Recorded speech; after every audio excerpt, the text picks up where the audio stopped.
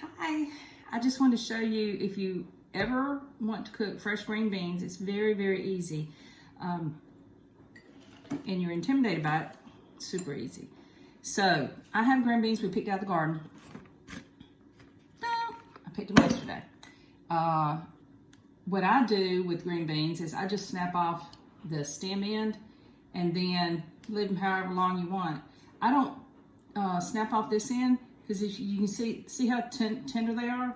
So you need to check your green bean if you buy them in a store or something. Snap off the end, see how tough the end is, and if it's kind of tough, just snap both ends. And then you just see, because we have these, I mean, even these big ones, I just do like that. And then, now, I don't like to wash my green beans before I snap them because, I don't know, they just feel slimy in my hand. But in this is water, and then you just would do around like this and pour this water off and then rinse them one more time. But I want to show you how I season. I like seasoning with, I love smoked pork neck bones, okay? So that's a smoked pork neck bone. You can get it at Walmart or whatever. And I put just a tiny bit of a piece of bacon or a piece of strychnine or fatback or something like that, just a little bit in there. And just to render just a little bit of fat. And I put those on an eye in my pot and heat that up. Now I keep my smoked neck bones in the freezer. So I just put them right in the pot, frozen, and put a lid on it, put it on low, and it'll thaw the meat and those little pieces of bacon or whatever has some fat in it. As they cook, it'll bring out really good flavors of that smoked pork neck bone. I don't care for the turkey neck bones. They just don't have as much flavor.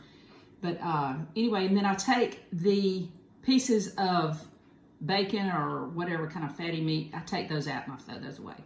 I don't like that in my meat, in my beans. But I leave the smoked neck bone in there. But anyway, once it gets a little bit brown on the bottom and those pieces of bacon get cooked, like I said, I take them out. If there's too much fat in there, I'll take some out. But just putting a little bit in there, you shouldn't get too much fat. But anyway, so then I take fresh cracked black pepper while that pot's still hot, and I put it in there, and you can smell the pepper in the air. And it just gives it it's like a rounded umami flavor. It's just really good. And a lot of people say, oh, don't burn your pepper. You can burn your pepper. Well, I do that with this, and I do it for my peas as well. I start my peas the same way. Field peas. Purple hulls, we grow them. Anyway, so then I put my black pepper in there, and just for like, I don't know, 20, 30 seconds, stir it around. And if I was doing peas, I would throw in a couple pods of frozen okra at that time and just kind of toss them around till they just start getting a little bit brown. Just a little bit of color on them. And then I go ahead and put my water in, and then you put your beans in or peas in or whatever you're gonna do, and then cook it. Now for green beans, they don't take very long to cook. They may take, depending on the bean, whether it's fresh or old or whatever, but you just boil them with that water covering them and boil them until they're done to your liking. We like ours tender. And they'll change colors as they go.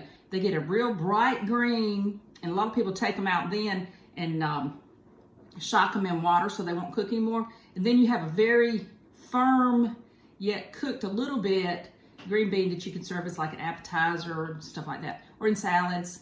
But anyway, we're gonna cook these all the way today because I'm gonna cook some squash also, saute it with onions on the stove. It's a vegetable day here. And we'll have fresh tomatoes out of the garden. I don't know whether you can see them over there. But anyway, just want to let you know, it's real easy to cook green beans. You don't have to pressure cook them or anything like that. These will probably be done in 30 minutes. And if you want to cook some potatoes in there, don't put the potatoes in when you start cooking your green beans because the potatoes get too done. They'll get mushy and fall apart all in your pot. I wait until about, I don't know, if I think there's about 15 minutes left, and then I'll put some potatoes in there. Oh, and don't forget to season your water. Once you put the green beans in, you put salt in there. I usually, for a regular pot size, I usually put about a teaspoon of salt. But I hope y'all enjoy this. And look, I want to show you. Do you see this eye? I put my mascara on this eye. It's Epic mascara, and for a day at home, I just like to do that, and I put my eyebrow liner on. So if you want to get in my unique VIP group, just send me a PM or comment on this. But I wanted to show y'all how to make green beans easy. Y'all have a great day. Bye.